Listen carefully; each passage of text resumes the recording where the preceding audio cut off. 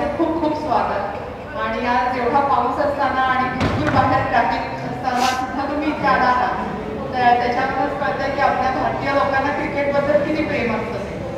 तर आज आपल्या इथे एक्सप्रेस गप्पांमध्ये क्रिकेट आणि कॉमेंट्री या आपल्या आवडत्या विषयावरती बोलायला प्रकाश वाकणकर आलेले आहेत. ते आपल्या ज्ञानप्रबोधिनीचे 78 सालच्या बॅचचे विद्यार्थी आहेत. तर त्यांना आपण सगळेजण त्यांच्याकडनं ऐकण्यासाठी उत्सुक आहातच, पण त्याच्या आधी त्यांचा एक थोडासा औपचारिक परिचय मी विनीत संत यांना करून द्यायला सांगते आणि मग आपण प्रकाशजी यांना बोलायला सांगतो.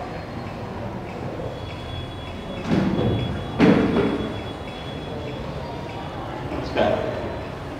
प्रबोधिनीची 1978ची बॅच ही हळहुंदारी व्यक्तींनी भरलेली होती. ते बाकीचे सगळे जे आहेत ते हुंदारे वेगवेगळे बघायला गेलेले आहेत. त्यामुळे ही जबाबदारी मी 1980च्या बॅचला माझ्यावर आली. कमी तिथे आम्ही याने आणि मी प्रकाशचा मित्र मित्र आहे, त्यामुळे मला आवडतंच की त्याचा परिचय करून देण्याची संधी मला मिळाली. साधारण 50-53 वर्षांपूर्वी भारतीय क्रिकेट इतिहासात एक मोठी घटना घडली आणि ती म्हणजे 71 साली आपला संघ अजित वाडेकर यांच्या नेतृत्वाखाली 2 परदेशी मालिका जिंकून आला. आणि त्यानंतर क्रिकेट हे एक्सपोनेन्शियली प्रचंड प्रमाणात लोकप्रिय होत गेले. हे त्यावेळेचे त्यावेळेस मी 6-7 वर्षाचा असेल, पण त्यावेळेचे एकूण जे वातावरण तयार झालेला होता त्याच्यामध्ये क्रिकेट आणि क्रिकेटर्स यांना उज्जैन करण्याच्या जवळपास जाण्याची एक संधी लोकांना मिळाली आणि ती संधी लोकांनी भरभरून घेतली. त्याच्यानंतर क्रिकेट हे खूप वेगवेगळ्या पद्धतीने बदलत गेलं. त्यावेळेला ते सिजनल फळ देणारे क्रिकेट होतं, ते आता 12माही फळ देणारे क्रिकेट खेळ झालेला आहे. त्यामुळे आपल्याला सतत कुठेतरी क्रिकेटच्या मॅचेस हे आपल्याला दिसतात. पण ज्या पद्धतीने क्रिकेट आणि क्रिकेटर्स लोकप्रिय झाले, त्याचबरोबर हळूहळू साईड बाय साईड त्याचं समालोचन करणारी लोक सुद्धा मोठ्या प्रमाणात आपल्या समोर यायला लागली. समालोचन हा शब्द किंवा ज्याला रनिंग कॉमेंट्री किंवा समालोचन म्हणतात, हा सुरुवातीला त्याचं अग्रगण्य नाव घेतलं जातं आपल्या भारतीय कल्चरमध्ये, तो म्हणजे बॉबी तयार खान.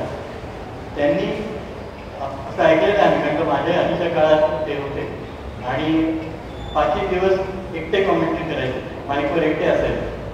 त्याच्यानंतर ती सगळी कथा बदलत गेली आणि आता आपण जे TV वर जे समालोचन पाहतो त्याच्यामध्ये 2 का 3 जण किंवा 4 जण सुद्धा ते एकमेकांची गप्पा मारत मारत समोरच्या खेळाचं वर्णन आपल्याला सांगत असतात आणि त्याच्याप्रमाणे त्यामध्ये इतरही गोष्टी अनेक आपल्याला अतिशय आकर्षकपणे सांगत असतात.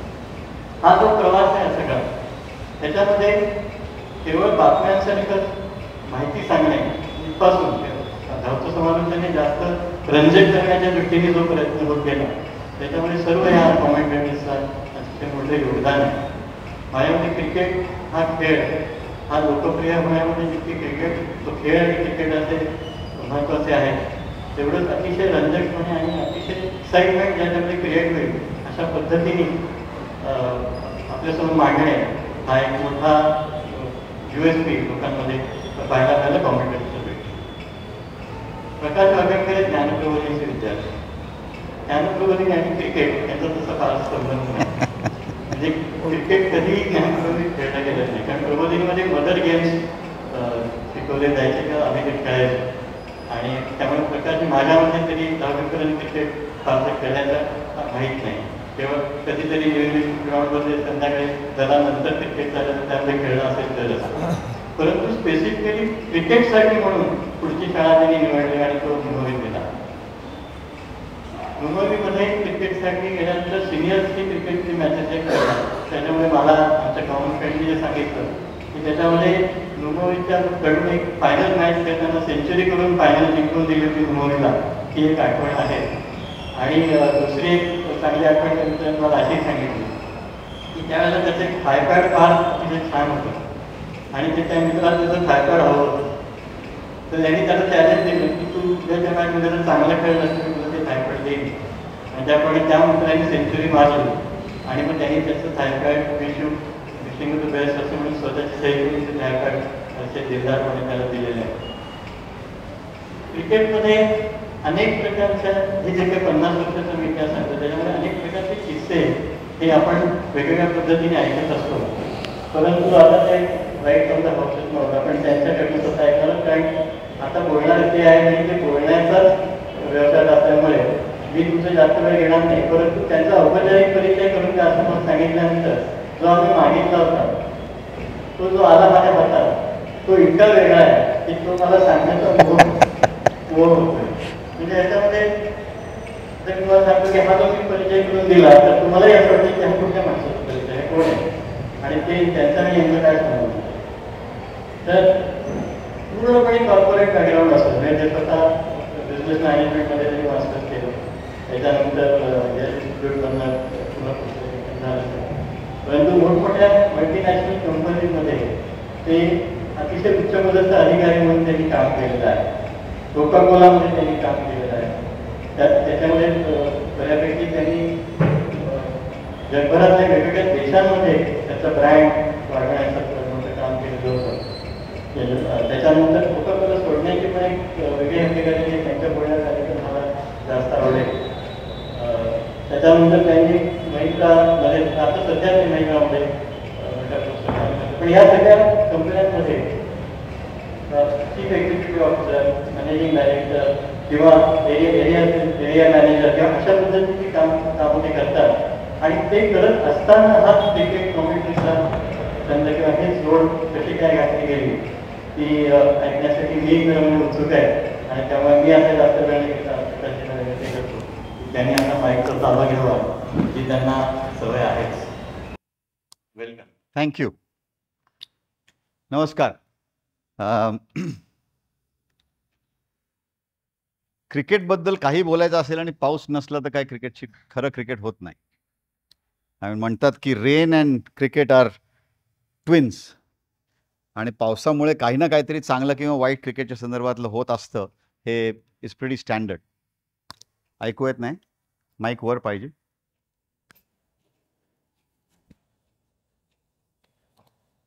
आता येतो आवाज? नाही, मी तो हँडल घेतो. थँक्यू. चालेल. आता येतो आवाज? हां, मलाच जास्त वाटतं. तर आज मला जेव्हा राजेंद्र बोलला आणि प्रतिमाशी बोलणं झालं, मी म्हटलं काय काय बोलायचं आहे. कारण माझी अपेक्षा अशी होती की सोहमला भेटल्यानंतर एकदा कुठल्या तरी एक कॉर्पोरेट आपलं प्रबोधिनीचं जे इव्हेंट असतो त्याच्यामध्ये आलो होतो. म्हटलं त्या संदर्भात काय असेल. मग जेव्हा मला राजा बोलला की नाही आपण फक्त क्रिकेट आणि ब्रॉडकास्टिंगबद्दल बोलूया आणि तू किस्से सांग. मी म्हटलं मग हे सोपं आहे काम, कारण त्याच्यामध्ये काही तयारी करायला लागत नाही. आठवण जेवढी आहे त्याच्या बेसिसवर बोलायचं. सो मी काही स्लाइड्स बनवल्या आहेत ओनली टू स्पर कॉन्व्हर्सेशन. थोडक्यात सांगायचं तर वडील आर्मीत असल्यामुळे प्रबोधिनीत यायच्या आधी 13 वर्षाच्या व्हायच्या आधी 8 ठिकाणी हिंदुस्थानामध्ये शिक्षण झालं. त्यामुळे ॲडॅप्टेबिलिटी आणि फिरणं हे सगळं खूप सोपं झालं. परंतु एक गोष्ट मात्र लक्षात आली की मित्र तुमचे सगळ्यांचे जसे शाळेपासून आत्तापर्यंतचे आहेत, विशेष पुण्यात राहिलेल्या लोकांचे, तसे माझे मित्र नाहीत. कारण नवीन नवीन शाळासारख्या बदलत गेल्यामुळे तो एक ड्रॉबॅक नक्की होता. पण त्याचबरोबरीने ॲडॅप्टेबिलिटी खूप आली आणि दर 2 वर्षांनी सामान पॅक करायचं, इकडून तिकडे जायचं. त्यामुळे कुठल्याही नवीन ज्याला हिंदीमध्ये चुनौती म्हणतात किंवा चॅलेंज म्हणतात त्याला सामोरं जायला कधी त्रास आला नाही. हा सगळ्यात मोठा त्याचा ॲडव्हान्टेज. आणि खूप जगात बराच वेगवेगळ्या ठिकाणी राहण्याचा योग आला, काम करण्याचा योग आला आणि ट्रॅव्हल करण्याचा योग आला. मला काही लोक विचारतात अरे किती देशात तू गेलायस. मी म्हटलं मी कधी मोजलं नाही. मला लोक विचारतात किती मॅचेस कॉमेंट्री केली आहे. माहीत नाही. कारण आता मी कॉमेंट्रीच्या संदर्भात सांगायचं असेल तर सगळ्यात महत्त्वाची गोष्ट अशी की मी ब्रॉडकास्टिंग आणि कॉमेंट्री हे कधीही मला व्यवसाय करायला लागला नाही. It was never my bread and butter. त्यामुळे I was able to do what I wanted freely. आणि त्याची सुरुवात बोलल्याप्रमाणे नेहरू स्टेडियमला कॅम्प्स असायचे, त्याला मी जायचो प्रबोधिनी असताना सुद्धा, जेव्हा केव्हा वेळ मिळायचा तेव्हा, वीकेंड्स नॉर्मली. आणि तिथे पुन्हा पावसाचा कनेक्शन आहे. पाऊस पडला की बाळासाहेब पंडित, बाळ पंडित काही लोकांना माहीत असेल, माझ्या मते ते मुंबईच्या लोकांच्या बाहिक probably the best English language commentator of that time. Professor Karmarkar आणि ते दोन्ही भाषात करायचे, मराठी आणि तिथे त्यावेळेला जे मराठी बोललं जायचं कॉमेंट्रीसाठी ते म्हणजे हा चेंडू उजव्या एष्टीवरून डाव्या एष्टीकडे वळून आला आणि तो पायचीत झाला वगैरे असं असायचं. पण आज जर कुठल्या मुलांना पायचीत वगैरे विचारलं तर कदाचित प्रॉब्लेम होईल समजायला. आणि त्यांनी मला हे एनकरेज केलं की आता पाऊस पडतोय, आपण प्रॅक्टिस करू शकत नाही, तर एक काम करूया, तू डोळे मीट आणि इमॅजिन कर अँड देन यू टॉक. आणि इंग्रजी थोडंसं चांगलं होतं, थोडं कॉन्व्हेंटमध्ये गेलेलं होतं आधीच्या शाळांमध्ये, त्यामुळे बाकीच्यांपेक्षा थोडं इंग्रजी बरं होतं. So that is how it all begin. आणि मग 84 साली I did my first commentary broadcast इथे नेहरू स्टेडियमला. परवाच गेले अंशुमन गायकवाड. मला आठवतंय की ती विल्स ट्रॉफीची मॅच होती आणि आम्हाला आकाशवाणीवर विल्स हा शब्द वापरायला परवानगी नव्हती, कारण we were not suppose to talk about any sponsors, no commercials. त्यामुळं ते वाक्य माझं अजून मला आठवतंय, कारण त्या मॅचमध्ये कमीत कमी 50 वेळा म्हणलं असेल, the team led by Anshuman Gaikwad. So that was the story. आणि त्याच्यामधली सगळ्यात मजेदार गोष्ट अशी की माझे मित्र ज्यांच्याबरोबर मी क्रिकेट खेळलो बरेचसे, प्रसाद प्रधान नोटेबली एक, त्या मुलांना 1,200 रुपये मिळत होते पर डे खेळण्याचे. मला कॉमेंट्रीचे 300 रुपये मिळाले पर डे. आणि त्यामुळे मला वाटलं की अरे हे छान आहे, ते उन्हाबिनात खेळण्यापेक्षा AC बॉक्समध्ये बसून मस्त कॉमेंट्री करायची, लोकांवर ज्ञान द्यायचं आणि त्याचे पैसे मिळतात. पुढे जाऊन काय झालं हेही मी सांगेन, पण शेवटी सांगतो की ते 1,200चे काय झाले आणि 300चे काय झाले हेही सांगतो. पण एनिवे लेट्स मूव्ह ऑन. तर आता थोडीशी आपली टिमकी वाजवायला पाहिजे. तर BBC टेस्ट मॅच स्पेशलनी कोविडच्या काळात व्हॉइसेस ऑफ क्रिकेट अशी एक सिरीज केली होती. One commentator they had picked for who does radio, आणि they had spoken to me. हा जॉनथन ॲग्न्यूचा व्हॉइस आहे. He is talking to me. छोटासा क्लिप आहे, प्लीज ऐका. Today, we travel to India. Our guest is someone who played for his state's under-22 side in Maharashtra before moving off the field and into the commentary box, broadcasting with his childhood idol, Sunil Gavaskar. Over the years, he's been a key figure for All India Radio's coverage of cricket and has described the experience of following cricket on the radio as superior to watching on television.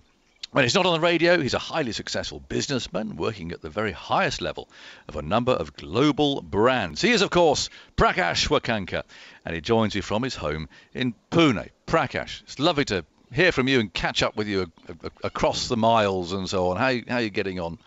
It's wonderful, Agaz. I thought this would never happen in 2020. It's a pleasant surprise. One of the best things of this year, frankly, for me. Just good to see you and catch up. And it's been an interesting time this year, and I'm glad that you're well and everyone's safe. I think that's all we can ask for. It certainly is. Now then, radio being superior. Go on then. What do you mean by that, and why? Yeah, well, to me, it's actually fairly straightforward, Agaz, and you of all people, along with all the other greats that I certainly grew up listening to, know this better than me. To me, television is restricted by the lens. That is the eye. And therefore, the broadcasters, the people who commentate, speak around what the imagery is, and the producer is managing that. And I suspect there's lots of other factors that go behind it. Whereas for those of us who are fortunate, radio allows you to transform the listener and sort of almost beam that person into the stadium, into the ground, sense the temperature, sense the air. I mean, the way I remember you once describing, I think it was you describing the barbecue that was going on the side at the Wanderers, I think it was. It's felt like you were actually being able to sense the aroma, awakening the senses with just words. And that's why, both from a speaking and listening perspective, I think radio beats television. नुसतं tap करून play होईल का ग?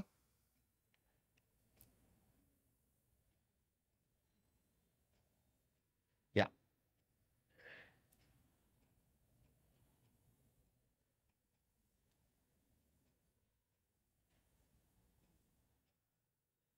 नाही, तो video आहे, ह्याच्यावर play व्हायला पाहिजे खरं. प्रेझेंटेशन मोडमध्ये प्ले व्हायला पाहिजे. Murphy's law. नेव्हर माइंड, झालं तर ऐकू, झालं की ऐकू. तर त्याच्यामध्ये ॲगर्सने मला पहिला प्रश्न असा विचारला की मी रेकॉर्डवर आहे हे बोलताना की I feel that the experience of speaking and listening on radio is superior to television. आणि त्याचं उत्तर was the clip that is there. तर मी सांगतो मी काय बोललो. माझं हे ठाम मत आहे आणि थोडंसं ते पर्सनल पण आहे, कारण मी ते टेलिव्हिजन करत नाही किंवा करू शकलो नाही वॉट एव्हर, की टेलिव्हिजनमध्ये जी कॉमेंट्री होते त्याच्यात तुमची नजर आणि तुमचा डोळा आणि देअरफॉर तुम्ही जे काय बोलता हे सगळं कॅमेराची लेन्स आणि प्रोड्युसर ह्या दोन लोकांवर अवलंबून असतं. परंतु रेडिओ कॉमेंट्रीमध्ये ती कशी कुठलंही लिमिटेशन नसतं. आणि जॉन आर्लट, जे who is considered one of the fathers of modern cricket commentary, ते नेहमी म्हणायचे की the job of a commentator is to let the listener feel the breeze that is blowing across the ground on his or her cheek when the transistor is next to the ear. तर ते transport करणं, तो माहोल create करणं आणि ते picture बांधून लिस्नरला असं वाटलं पाहिजे की मी मॅच बघतोय. ती जी कला आहे म्हणा किंवा ती जी ऑपॉर्च्युनिटी आहे. बरं, त्याच्यामध्ये ग्राउंडवर कुत्रा आला तर तुम्ही त्याच्यावर 20 मिनिटं बोलू शकता. तर कुठे डिपेंडिंग ऑन द कंट्री, कुठे बार्बेक्यूमध्ये काहीतरी सॉसेजेस कुक होत आहेत त्याचा वास तुमच्या कॉमेंट्रीमध्ये येतोय ते बोलू शकता. आदल्या रात्री काय घडलं ह्याच्यावर तुम्ही बोलू शकता. त्यामुळे लिमिटेशन्स काही नसतात आणि that makes cricket commentary, radio commentary specially, very very popular, असं माझं मत आहे. आता यंगस्टर्सना इथे रेडिओ कॉमेंट्री हार्डली कोणी ऐकतं इंडियामध्ये, आणि सक्सेसफुली आपण ॲज अ नेशन रेडिओ कॉमेंट्रीचा सिस्टमॅटिक काय म्हणूया त्याला डिस्ट्रक्शन हे आपण करतो. सो ह्याच इंटरव्ह्यूमध्ये पुढे, आणि त्याचं मी क्लिप प्ले करणार नाही आहे, माझं असं पर्सनल मत आहे की जगातला पहिला कॉमेंटेटर हा संजय होता महाभारतातला. कारण त्यांनी काय केलं, त्यांनी फक्त माझ्या माहितीप्रमाणे धृतराष्ट्राला जे काही होत होतं त्याचं वर्णन करून सांगितलं.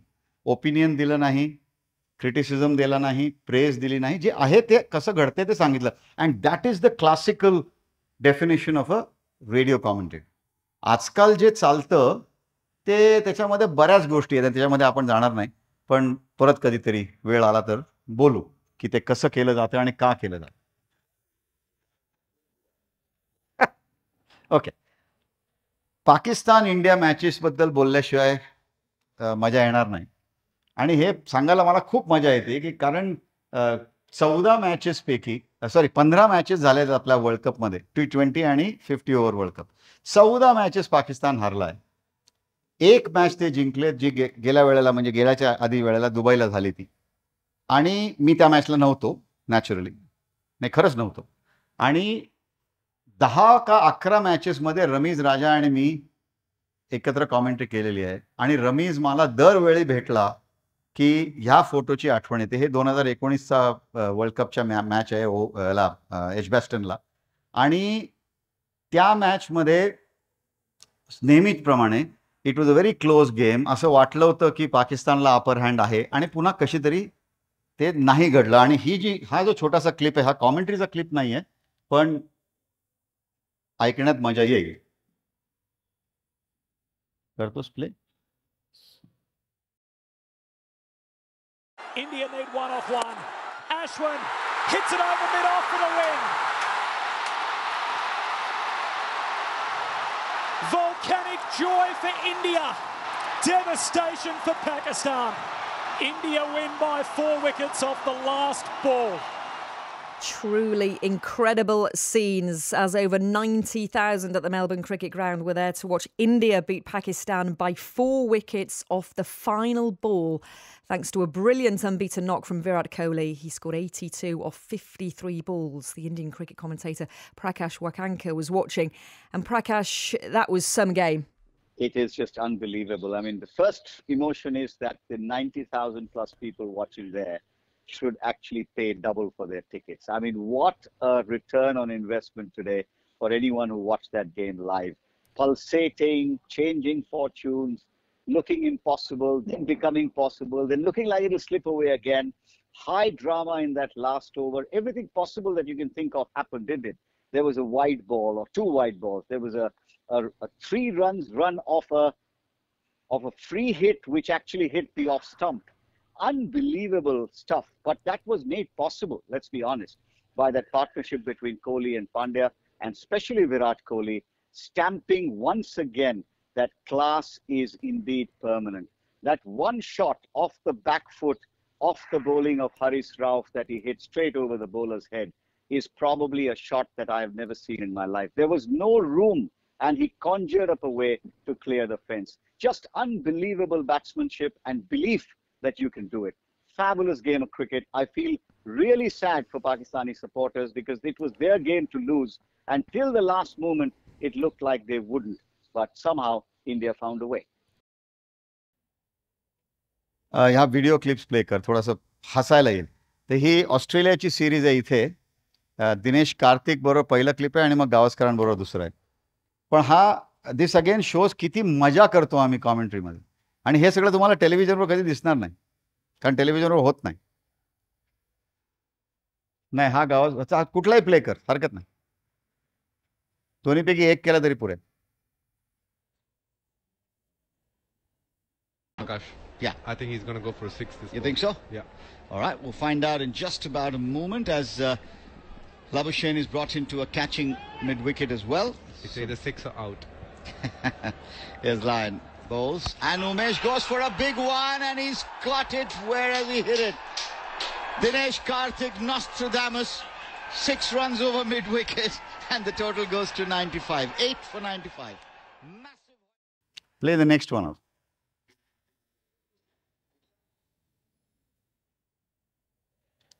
हे खूप मजेदार आहे. And I don't know whether you managed to get one, but in the fridge, they had put a whole box of ice creams a little while ago. Did they? By the time I got there, everything was gone. Oh, I can't. So I don't know. missed it. I know Prakash loves his ice cream. Yeah. I know Sanjay Manjrekar, who's doing some Hindi commentary, he loves his ice cream. I saw Ravi Shastri, and I mean, I'm just a little surprised. With Prakash, I thought, you know, being a friend of mine, you'd keep one for me. I used to throw them off. Prakash has come back with an ice cream. Murphy bowls to Pujara, gets right behind his delivery and rolls. What is that? Choco bar. Oh, I love it. And it wasn't Prakash. It wasn't. Nope. Dirk went and made the effort, gave it to Prakash, and Prakash then, you know, gave it to me with a flourish. And took all the credit when I thanked him. Yeah, took all the credit. And you know, this is the best thing that happens after retirement. You know, all these fast bowlers become your friends.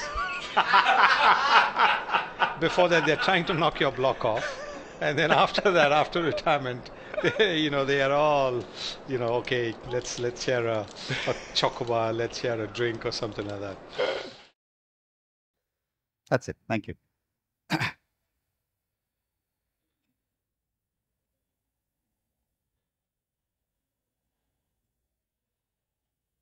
हे सोडून दे. Let's move on. Sir Garfield Sobers, the greatest ever. आणि त्यांना मला पहिल्यांदा भेटायचा योग आला 2010 सालचा T20 वर्ल्ड कप वेस्ट इंडिजमध्ये, आणि फायनल ऑस्ट्रेलिया इंग्लंडची होती. आणि it was a surprise that Sir Garfield Sobers commentary करणार, आणि he'll be the expert with me. आणि मला सगळ्यात मोठा प्रश्न हा होता की how do I address it. कारण ऑन एअर सर म्हणणं योग्य नसतं. Sir Garry was one option, Sir Garfield Sobers was the other option. आणि मला अजून आठवतं, मी त्यांना विचारलं, म्हणलं how do I address you on air. त्यांनी एफ पासून सुरू होणारे 1-2 शब्द आधी वापरले जे मी इथं वापरत नाही, आणि मला म्हणले if you call me anything other than Garry, go off, right. आणि त्या माणसाबरोबर जी कॉमेंट्री केली ती परत कधी मी तो इन्साईट कधीही पाहिला नाही. पहिल्या 15 मिनिटं पण नसतील झाली, पहिल्या 10 मिनिटांमध्ये he realise and he said this pitch today is not like a normal Barbados pitch. The ball is getting a lot more bounce and that is why England are not able to get the ball off the square. माझं असं मत आहे की कोणीतरी ती commentary ऐकत होतं in the England team, कारण त्यानंतर पुढच्या ओव्हरपासून they started batting outside the crease and England actually won that match. हे माझं मत आहे. I don't know if it's true, but that's how insightful it is. And then I met him again 12 वर्षानंतर 2019 साली, सॉरी 2023 साली in Edgbaston. And this is what he looks like now. वय झालंय, शरीर आहे तसं झालंय शिथिल, पण नजर ही त्या माणसाची अजून तशीच आहे जशी आधी होती. So great experience. म्हणजे मला वाटतं ज्या माणसाने क्रिकेट ॲटलिस्ट माझ्या काळामध्ये ज्यांनी खेळलंय किंवा पाहिलंय त्यांना just to meet sir Garfield म्हणजे हे देव पावल्यासारखं आहे. हा अजून एक खूप छान इव्हेंट होता. आणि गावस्करांनी आउट ऑफ द ब्लू, मी दिल्लीत होतो त्यावेळेला, मला फोन केला. कारण आणि खरी गोष्ट सांगण्यात काय हरकत नाही, ओरिजिनली प्लॅन असा होता की राजदीप सरदेसाई जाणार होता as the master of ceremonies for this event. आणि राजदीपला बहुतेक कोणाचा तरी फोन आला असेल लटियन्स दिल्लीमधून, पार्टीसाठी असेल किंवा काहीतरी नवीन न्यूज काढण्यासाठी असेल, असं माझं मत आहे. तर राजदीप नाही आला आणि मग सनींनी मला फोन केला आणि लकीली माझा विजा व्हॅलिड होता आणि मी गेलो. So this was the celebration of the 25th anniversary of India's 1983 world cup victory लॉर्ड्सला, लॉंग रूममध्ये. आणि पुन्हा तो एक्सपिरियन्स मी सांगू शकत नाही, कारण एअर इंडियाच्या फ्लाईटवर, स्पेशल फ्लाईट, त्या 16 लोकांबरोबर ट्रॅव्हल करणं, मला असं वाटत होतं की छोट्या मुलाला कसं चॉकलेटच्या फॅक्टरीमध्ये सोडून दिलं तर काय होईल, तसं एक फिलिंग मला कॉन्स्टंटली होतं just to go through that experience.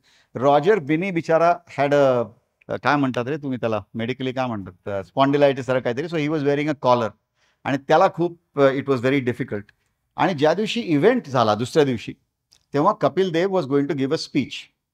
आणि सुनील मला एवढंच बोलले होते की प्रकाश, तुझं एकच काम आहे, कपिलचं स्पीच काय आहे हे बघून घे, तो वेळा काहीही बोलू शकतो. आणि इथे म्हणजे वी हॅड रॉयल फॅमिलीची लोक होती, the ambassador was there, म्हणजे हाय कमिशनर वॉज देअर वगैरे वगैरे. So the who's who of England or London was in that room. आणि कपिलला मी सारखं विचारते, पाजी स्पीच वा हो जाएगा यार, राइट.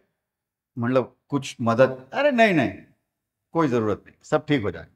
म्हणलं वो आप कुछ बताएंगे पॉइंट्स, क्या बोलने वाले, काही नाही. मला शेवटपर्यंत काहीही बोलला नाही. आणि मी सनीला सांगितलं होतं. तर मला आठवतं की when I invited Kapil on stage, Sunny असा बसला होता टेबलावर की आता हा काय बोलणार माहीत नाही. आणि कपिल देवचं पहिलं वाक्य, ladies and gentlemen, I hate all Englishmen. आणि मग मोठा पॉज. मोठ्या पॉज नंतर कपिल म्हणतो, because you ruled my country for whatever 300 years. मग पुन्हा एक pause. But I forgive you because you gave me cricket and now we won the World Cup on your soil to tell you that we are better at the game than you taught us. And then of course the hall just stood up in applause. So अशा मजेदार गोष्टी घडतात आणि त्याचा एक छोटासा भाग असणं त्या शेवटच्या डावीकडच्या कोपऱ्यामध्ये जो युनिफॉर्म मध्ये नाहीये तो मी आहे. जस्ट इन केस तुम्हाला दिसलं नसेल तर.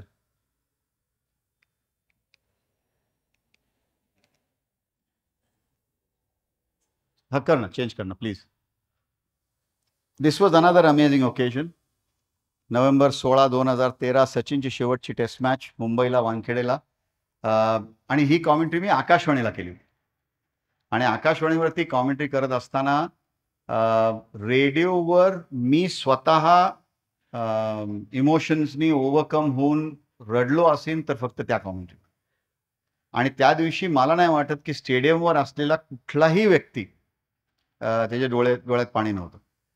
आदल्या दिवशी संध्याकाळी सचिन आणि काही दुसऱ्या मित्रांबरोबर आम्ही बसून सचिनने रिक्वेस्ट केली होती की काही पॉइंटर्स आहेत का स्पीचचे तर ते द्या. आणि ते बनवून आम्ही एक छोटासा कागद बनवून दिला होता. आणि आम्हाला खूप बरं वाटलं कारण त्या दिवशी when he gave his speech he actually spoke from that piece of paper. आणि म्हणजे राहुल द्रविड, सौरव गांगुली, त्याचे इमिजिएट कंटेम्पररीज तिथे उभे होते आणि त्यांना सगळ्यांनी काळे चष्मे घातले होते. त्याचा फोटो मला कुठे मिळालेला नाही आहे. Everybody was wearing dark glasses. आणि मला वाटतं ते एवढ्यासाठी की डोळ्यामधले अश्रू दिसून आहेत. पण तो एक ओकेजन अमेझिंग होता. पुढचा एक फोटो दाखवणार. आणि अशा ज्या मेमरीज आहेत. बरं, सचिननी पहिल्यांदा जेव्हा ग्वालियरला 200 केल्या ODIमध्ये, first man ever to score 100, त्या मॅचची कॉमेंट्री मी केली. तर अशा ज्या आठवणी आहेत, those are unique in life. आणि म्हणून वेळ काढणं किंवा संत म्हणले तसे की बॅलन्स कसं केलं कॉर्पोरेट करिअर वगैरे, ह्या गोष्टी क्षुल्लक आहेत. सगळ्यात जास्त क्रेडिट माझ्या बायको अंजली आणि पोरी पूर्तीला जातं, कारण आमच्या सगळ्या सुट्ट्यांचा वेळ मी क्रिकेटवर घालवला. सो फॅमिली वेकेशन्स फारशी झाली नाहीत आमची. माझा चुलत भाऊ आणि बहिणी बसल्या तिथे, श्रीकांत आणि माया, तर ते काहीतरी चांगल्या गोष्टी सांगतील असं म्हणून मी हे सांगितलं. ही एक खूप मजेदार गोष्ट आहे आणि पुण्याची आहे म्हणून खास मी आयडेंटिफाय केली. स्टीव्ह स्मिथच्या टूरवर 2017 साली पहिली मॅच पुण्याला झाली आणि बऱ्याच थिअरीज आहेत की का झालं ते. म्हणजे पांडुरंग साळगावकरांनी पिचवर साखर टाकली ते बाइंड होईल म्हणून, इथपासून ते गवत उगलंच नाही इथपर्यंत, बऱ्याच थिअरीज आहेत. तर इथे 14 विकेट घेतल्या त्या ओकीफ नावाच्या लेफ्ट आर्म स्पिनरनी. परत कधी खेळला नाही तो ऑस्ट्रेलियासाठी. तो फक्त पुण्यात येऊन 14 विकेट घेतल्या आणि that was the end of his career or that series. तर ही मॅच संपली 3 दिवसात आणि वी वर ह्युमिलिएटेड. म्हणजे असा डिफीट आपला खूप वेळानंतर झाला होता, specially at home. Anil Kumble manager होते, विराट कोहली वॉज कॅप्टन, आणि मला आठवत आहे सुनंदन लेले आणि मी आम्ही जाऊन अनिलला आणि विराटला भेटलो. एक पुढचा एक छोटासा व्हिडिओ आहे, म्हणजे इट्स अ सायलंट व्हिडिओ. फक्त जर तुझं प्ले करता आला तर बघ प्लीज. Next one. हां, हा व्हिडिओ आहे. नाही, साऊंड नाही आहे. ही जागा कोणाला माहिती आहे? माहिती असायला पाहिजे खूप लोकांना. सांगा. गरुड माची. आणि मग त्याची जरूर नाही, त्या व्हिडिओची जरूर नाही. आणि वसंत लिमयेला आम्ही भेटलो आणि वसंतला विचारलं की म्हणलं, वसंता तू काही करशील का रे? We need to do something for this boys. आणि यांच्या डोक्यामध्ये 2 कॉन्सेप्ट्स होत्या. विराटला जायचं होतं ॲम्बी व्हॅलीला आणि तिथे जाऊन 2 दिवस विश्रांती घेऊन मग बँगलोरला जायचं पुढच्या टेस्टसाठी. आणि समहाव मला वाटतं अनिलमुळे तो कन्व्हिन्स झाला, पण आम्ही त्याला कन्व्हिन्स केलं की तुम्ही 1 रात्र आणि 2 दिवस हे गरुड माचीला घालवा आणि तिथे काय होईल ते तुम्ही बघा. मला अजून आठवते, मी विराटला बोललो होतो, विराट मॅजिक होगा मॅजिक. आणि पुढचे काही फोटोज तेच आहेत, नुसते just run through the pictures. त्या दिवशी रात्री, पहिल्या दिवशी रात्री there was a night treasure hunt. 2 वेगळ्या टीम्स करून हे क्रिकेटर्स म्हणजे कोट्यावधी रुपये कमवणारे क्रिकेटर्स. आणि ही गोष्ट आम्हाला ऑफकोर्स गुप्त ठेवायला लागली होती फॉर अ लॉंग टाईम, आता बोलू शकतो आपण. आणि दे ऑल वेंट थ्रू दिस. त्या दिवशी रात्री न झोपता दुसऱ्या दिवशी सकाळी दे climb the peak, rappel down. आणि तो शेवटचा पिक्चर दाखव ना. ह्या इमेजमध्ये जे दिसतंय ते सगळं घडल्यानंतर होतं. आणि ज्या प्रकारचं बॉन्डिंग ह्यांनी झालं, माझं मत असं आहे, ऑफकोर्स मला वाटतंच नेहमी असं, की ह्यानंतर काय घडलं हे सगळ्यांना आठवत आहे. आपण बँगलोरमध्ये मॅच जिंकलो, आपण रांचीची मॅच ड्रॉ केली आणि धर्मशाळाला we finally won the series. तर अशा गोष्टीमध्ये छोटासा भाग प्ले करता येणं, अगेन गॉड सेंड ऑपॉर्च्युनिटी. खूप मजा आली. आणि आज पण मला विराट भेटला की म्हणतो, एक बार और जाना है. आता कधी जाईल मला माहित नाही, पण व्हॉट एव्हर, इट्स गुड. ही अजून एक छोटी इंटरेस्टिंग गोष्ट आहे. Brabourne stadium cricket club of India. तर मी महेंद्रमध्ये काम करायचो. आनंद महेंद्रा चेअरमन आहेत आमचे. त्यांचा एक मित्र आहे इंग्लंडमध्ये, हू इज ह्या फोटोमध्ये जो मध्ये आहे, Timothy Knatchbull. Timothy Knatchbull is the grand nephew of Lord Louis Mountbatten. आणि लॉर्ड ब्रेबॉर्न त्यांचे नात्यातले कोणतरी म्हणजे कझन किंवा असं काहीतरी होतं. आणि त्यांनी आनंदला फोन केला होता की अरे, ते ॲटिक साफ करताना एक किटबॅग सापडली आहे, त्याच्यावरती लॉर्ड ब्रेबॉर्नचे इनिशियल्स आहेत आणि माझी अशी इच्छा आहे की ते जिथे असायला पाहिजे जिथे आपण आणून द्यायला पाहिजे आणि ते क्रिकेट क्लब ऑफ इंडियावर द्यायला पाहिजे. तर तुला कोणी माहिती आहे का, कसं आपण कॉन्टॅक्ट करू शकतो? आनंद म्हणला, मला एकच बावट माणूस माहिती आहे, मी त्याचं नाव तुला देतो, बोलून घे. and we took the kit bag and ceremoniously it was presented to Keki Nicholson, who is the man on the extreme left, who was then the president. ते पण गेले बिचारे काही वर्षापूर्वी. He passed away. आणि त्या बॅगेचं आता राजसिंग डुंगरपुरांच्या मोठ्या पोर्ट्रेट जे आहेत क्रिकेट क्लब ऑफ इंडियामध्ये त्याच्या शेजारी एक स्पेशल ग्लास केस आहे and this bag now sits there in its rightful place. हां, ही पण खूप मजेदार गोष्ट आहे. ही राजकोटची टेस्ट मॅच होती इंग्लंडच्या टूरची, आणि ज्या दिवशी दुसऱ्या दिवशी मॅच सुरू होणार होती त्याच्या आदल्या दिवशी संध्याकाळी मला अजून आठवतंय आम्ही डिनर खात होतो आणि कुठेतरी एक टीव्ही चालू होता आणि मित्रों डिमॉनिटायझेशनची अनाउन्समेंट झाली आणि हे सगळे गोरे ह्यांची वाईट खराब हालत झाली. जेफ्री बॉयकॉट विशेष, कारण जेफ्री बॉयकॉट हा चुकून इंग्लंडमध्ये जन्मला, तो खरं मारवाडी असायला पाहिजे होता.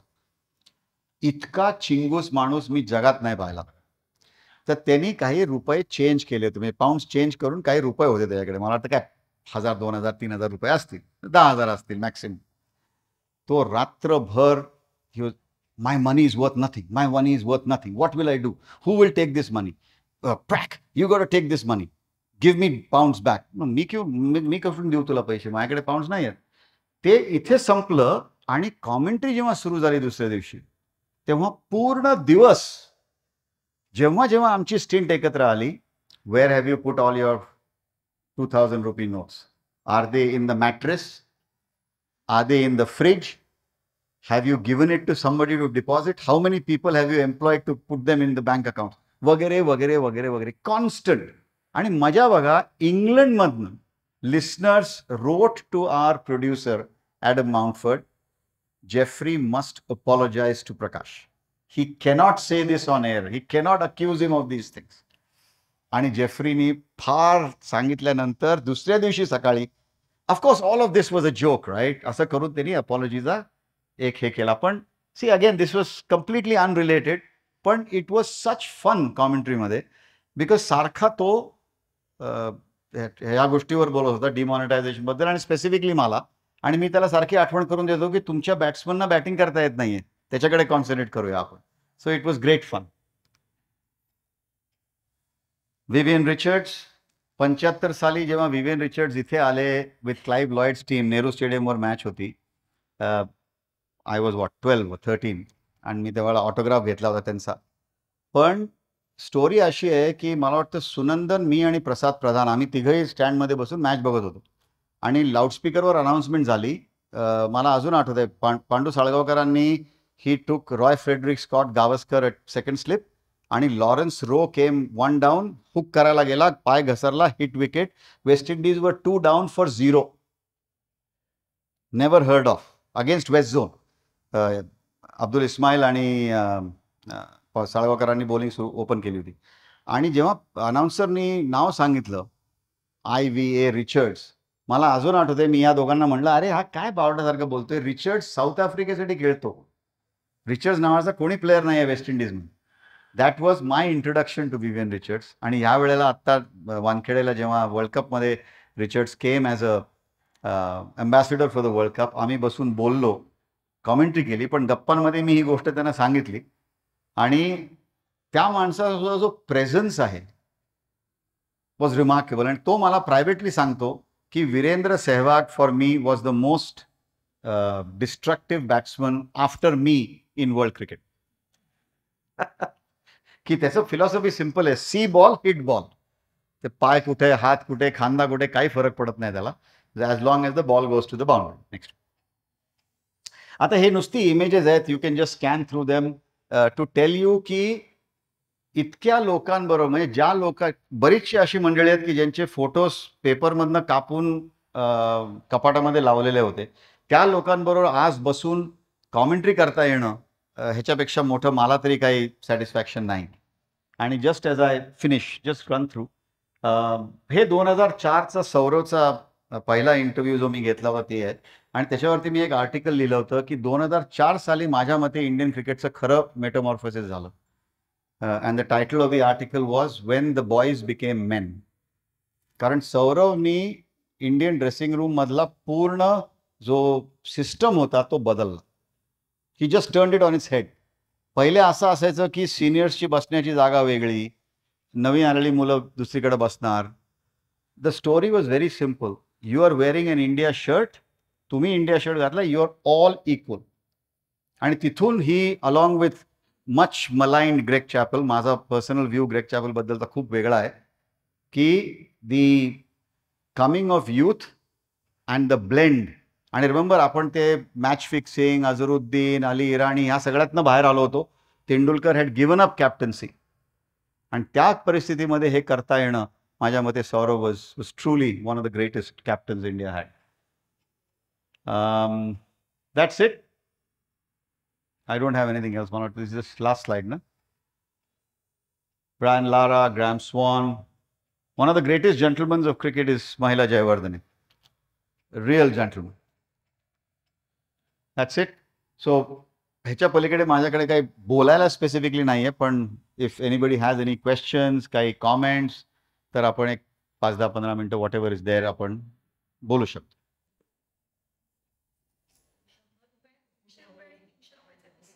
हां, सॉरी, ते राहिलं. तर थँक्यू. तर 100 रुपये खेळण्यासाठी मिळायचे, 300 रुपये कॉमेंट्रीसाठी मिळाले होते 84 साली. अरुण जेटली जेव्हा इन्फॉर्मेशन ब्रॉडकास्टिंग मिनिस्टर झाले त्यावेळेला थोडासा इन्क्रीज झाला, पण तोपर्यंत, आणि माझ्या मते अरुण जेटली फायनान्स मिनिस्टर झाले असतील 2005 वगैरे, म्हणजे वाजपेयींच्या काळात ना. तर sorry, INB minister, not finance minister. त्यावेळेला 1800 रुपये was the amount of money that Akashvani would pay for 1 day's work, right. आणि cricketers of course had already gone way beyond. आणि मी फक्त मॅच फी बोलतोय. आणि माझा जो CA होता तो मला नेहमी विचारायचा की तू का हे सगळं करतोस, विशेषतः जेव्हा ओव्हरसीज टूर असायची. त्याच्यामध्ये पण भारत सरकारचे खूप मजेदार रूल आहेत, राईट. तर आम्ही जायचो equal to the status of an assistant secretary of the government of India, म्हणजे बिझनेस क्लास, एअर इंडिया, ते सगळं. पण खोली शेअर करायची. हॉटेल वुड बी $600 हॉटेल, पण शेअर करायचे. बरं, ते आपल्याला कधी आयुष्यात जमलं नाही. क्रिकेट खेळताना जेवढं केलं तेवढं शेअरिंग पुरे. त्यामुळे मी वेगळी खोली घ्यायचो आणि तो सगळा खर्च जेव्हा त्याला दिला जायचा तर मला म्हणायचा, कशाला जाऊन कॉमेंट्री करतो तू, हे सगळं मूर्खपणा आहे, तुला लक्ष देते का किती नुकसान आहे. आणि मी त्याला एकच शब्द सांगायचो की बाबा, best seat in the house, match बघायला मिळते, बोलायला मिळतं. आणि मला डॅरेल हार्पर, जे ऑस्ट्रेलियाचे अंपायर होते, ते मला बोलले होते एकदा की do you realize Prakash, you must be one of the very few people who has a captive audience of 1.2 billion people. आणि त्या काळात रेडिओ वॉज रिअली पॉप्युलर. मला कित्येक वेळा टॅक्सीमध्ये टॅक्सी ड्रायव्हरशी गप्पा मारताना कलकत्त्याला मला आठवतं, पर्टिक्युलरली एकदा एका टॅक्सी ड्रायव्हरने पैसे घेतले नाहीत. तर आप कॉमेंट्री करते हो ना सर, आप एक बार मेरी बेटी से बात कर लो, वो कहती है उसकी अंग्रेजी अच्छी हुई है सिर्फ आपकी कॉमेंट्री सुन के. मजेदार गोष्टी होतात. बोल ना. माईक देतो का? माईक येईल का तिकडे? तू ये ना इकडे. शाळेचं आमचं आहे, ऑक्सफोर्ड काकाजी होते, मी नोव्हेंबरमध्ये राहतो. आणि आम्ही शाळा बुडवून त्या बाहेरच्या सायकलीचा स्टँड होता, तिथं जी कॉमेंट्री ऐकत यायचो. रेडिओच्या कॉमेंट्रीमध्ये एक सडनली असा काय म्हणजे माहिती आहे, असा विचित्र आवाज यायचा की कॉमेंट्रेटरचा आवाज नाही, फक्त प्रेक्षकांचा कुठला तरी एक हम यायचा की आम्ही म्हणायचो की आउट झाला किंवा 6 रन मारले. पण त्याच्यानंतर इम्प्रुव्हमेंट बरीच झाली, त्याच्याबद्दल नाही. तर आज सुद्धा श्रीकांत, हा जो हम आहे किंवा क्राऊड नॉईज आहे, ह्याच्यावरती रिची बेनोनी फार छान बोललाय. रिची बेनो असं म्हणले होते की त्या साऊंडला तुम्ही तुमच्या कॉमेंट्रीमध्ये कसं वापरता. So for example, if I try a demonstration आणि is hit this ball for 6, आणि तुझं क्रेसेंडो वाढतो, एकही शब्द बोलायची आवश्यकता नाही, ती पुढची 3, 4, 5 सेकंद, and then you come back on it. आणि ह्या गोष्टी सुद्धा टेलिव्हिजनवर नाही होत, कारण एक तर आपल्याला इंडियामध्ये विशेषतः 1 सेकंद मिळालं की एक ॲड येते. त्यामुळे कळतच नाही काय चाललंय, बॉल गेला कुठे. पण हा जो साऊंड आहे, आणि त्याच्याही आधी श्रीकांत जेव्हा वेस्ट इंडिज किंवा इंग्लंडमधनं किंवा ऑस्ट्रेलियामधनं कॉमेंट्री ऐकायचो होते ते व्हॅल्व रेडिओवर ऐकायचो आपण, शॉर्टवेव्हवर. तर ती खरखर खरखर जी यायची ती एक वेगळी मजा होती. आणि अनफॉर्च्युनेटली मी आधी म्हणल्याप्रमाणे हिंदुस्थानामध्ये आपण रेडिओला खरोखरी मारून टाकलाय. कारण डिजिटल पेनिट्रेशन एवढं वाढलंय, इतका स्वस्त झालाय की सगळ्यांना इमेज बघायचं. आणि मला रवी शास्त्री एकदा बोलला होता, मी रवीला विचारलं, म्हणलं अरे कधीतरी टी व्हीवर कॉमेंट्री करायला मिळेल का रे? No chance, no chance. Cricket खेळलायस का तू इंटरनॅशनली? एक मॅच खेळला असतास ना, that was enough. Harsha is the only exception. आणि त्याचं क्रेडिट त्याला जातं, कारण त्यांनी IIM मधनं MBA IIM अहमदाबादमधनं करून he just chose to be a broadcaster all his life, आणि हे क्रेडिट त्याला जातं.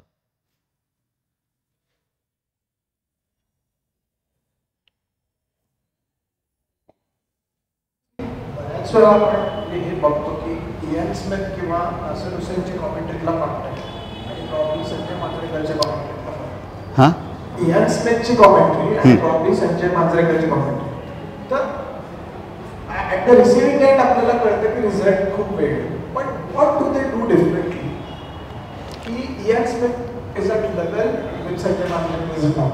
Probably Manjrekar has played more in the match. Probably has. पण सी, म्हणून मी म्हणतो ना, प्रत्येक चांगला खेळाडू हा चांगला कोच होतो असं नाही, प्रत्येक चांगला प्लेयर कॅप्टन होतो असं नाही. तसंच कॉमेंट्रीचं पण आहे.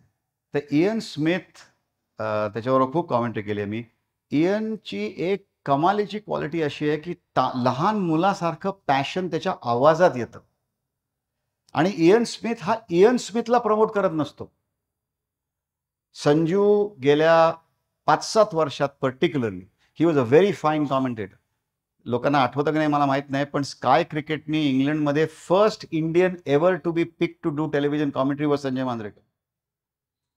पण गेल्या एक 7-8-10 वर्षामध्ये मला वाटतं थोडंसं इगोचा इश्यू झाला असेल किंवा आणि काही झाला असेल, ते सेल्फ प्रमोशन इतकं झालंय की मी विराटला सांगायला पाहिजे, मी रोहितला सांगायला पाहिजे, मी कुक काय चूक करतो हे बोललं पाहिजे. तर मी जेव्हा वर येतो मग नॅचरली कॉमेंट्रीचं स्टँडर्ड, म्हणजे माझी मुलगी फारशी क्रिकेटची फॅन नाही आहे, पण जेव्हा ऐकते कॉमेंट्री, 2 लोकांची कॉमेंट्री सुरू झाली की ती व्हॉल्यूम म्यूट करते. एक संजू, आणि संजय माझा खूप जवळचा मित्र आहे, त्यामुळं भेट होते, पण हे बोलणं ऑब्व्हियसली होत नाही. दुसरं कोण असेल गेस करा? She is a lady, Anjum Chopra. कारण ज्या लोकांना चांगलं हिंदी समजतं ते they can see through Anjum immediately, कारण अंजुम विचार करते हिंदीमध्ये आणि बोलते मराठीमध्ये, सॉरी बोलते इंग्रजीमध्ये, आणि ते लगेच कळून येतं, कारण मग तो फ्लो इंग्लिशमधला येत नाही. सो 2 प्रश्न आहेत त्याचे. एक म्हणजे तेजस आत्ता म्हणला तसं की मला काही वर्षापूर्वी, अगदी 8-9 वर्षापूर्वी पण असेल, असं हे होतं की कॉमेंटेटर तुम्ही म्हणलात की तो गेममध्ये काय होत आहे, probably what captain is doing, म्हणजे फिल्डिंग कॅप्टन. मला तर कुठल्या मॅच आठवत नाही, पण शॉर्ट विकेट वर आलाय तर बॉलर आता हे करण्याची शक्यता आहे, आणि ते तुम्हाला फील्ड सांगत राहणार सो दॅट तुम्हाला जरी व्हिडिओ तुम्ही बघत असाल तरी. तर आत्ता तशी कॉमेंट्री खूप रेअर झालेली, प्रॉब्ली हर्षा तेव्हा येतो तसं. आणि मग म्हणजे अशी कॉमेंटेटर एक तर काय येत नाही आहेत, हा पहिला आहे. आणि सेकंड, जसं मगाशी म्हणलं की कॉमेंटेटर जो असतो तो ते होतं ते सांगतो, आणि आत्ता थोडासा एक बायस बऱ्याच कॉमेंटेटरचा कॉमेंट्री करताना दिसून येतो तुम्हाला नेटिव्ह कंट्रीबद्दलचा, किंवा तसे मुद्दे यायला लागतात. खरं आहे, खरं आहे. दोन वेगळ्या गोष्टी आहेत. पहिली गोष्ट, पुन्हा टेलिव्हिजनचं लक्षात ठेव, हर्षा 99% टेलिव्हिजन करतो, त्यामुळे भाषेची कमांड दाखवता येणं इज नॉर्मल, परंतु end of the day what he has to speak about is what is shown by the camera. त्यामुळे ते लिमिटेशन आहे त्याच्या डिफेन्समध्ये. Coming to the second point की लोक का कॉमेंट्री करत नाहीत, तर सिम्पली ऑपॉर्च्युनिटीज नाही आहेत. आज इंडियामध्ये रेडिओ कॉमेंट्री करण्यासाठी काय करायला लागेल, आणि करून करणार काय? तुम्ही जाऊन आकाशवाणीच्या स्टुडिओमध्ये मॅचवर कॉमेंट्री करणार. म्हणजे मी परवा T20 जी टाय झाली, शेवटची मॅच जी आपण जिंकलो, सूर्या आणि रिंकोनी शेवटच्या 2 ओव्हर केल्या. त्या मॅचसाठी दिल्लीला गेलो होतो आणि स्टुडिओमधनं कॉमेंट्री केली आणि मी सांगितलं प्रोड्युसरला की म्हणलं गेल्या 11 वर्षांनंतर ह्या एका मॅचमध्ये मला मजा आली. अदरवाईज मी फक्त आपलं आकाशवाणीने आपली सुरुवात करून दिली म्हणून त्या रिस्पेक्टसाठी मी जाऊन एखादी मॅच करतो, पण मला अजिबात मजा येत नाही, कारण त्या टेलिव्हिजनवर बघून कॉमेंट्री करण्यात काही अर्थ नाही. त्यामुळे करून करून काय करणार.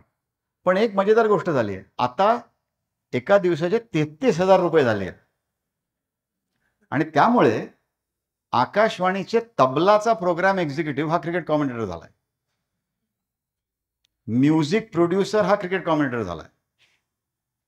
आणि ते बिचारे थोडेसे इंग्रजीमध्ये कच्चे असतात, तर हिंदीवाल्यांना तर कॉमेंट्रीच मिळत नाही. आता सगळे आकाशवाणीचे स्टाफवालेच कॉमेंट्री करतात, कारण ते सोपं आहे आतल्या आत, घरातल्या घरात. सो अशा विचित्र गोष्टी घडत आहेत. पण रेडिओवर England, Australia, New Zealand, to a certain extent South Africa, पण ह्या 3 देश इंग्लंड, ऑस्ट्रेलिया, न्यूझीलंड मध्ये जो रिगार्ड आणि जो रिस्पेक्ट रेडिओ कॉमेंटेटरना मिळतो तो even the television stars don't get. It's absolute honest truth. म्हणजे मायकल ॲथर्टनला जर एखाद्या लंच प्रोग्राममध्ये BBC TMSनी बोलवलं चर्चेसाठी, he is super happy. And Athers is one of the finest commentators even on television. Right. Michael Holding म्हणतो ना, this circus I cannot commentate on, म्हणून तो लिमिटेड ओव्हर्स क्रिकेट करतच नाही. Test cricket is the only thing I will do. So opportunities कमी आहेत, जग बदललं आहे, सगळं इन्स्टंट पाहिजे. राईट. कॉफी पण आता कोण ब्रू करून ग्राइंड करून कोण बनवतं कॉफी? साऊथ इंडियामध्ये पण नाही करत.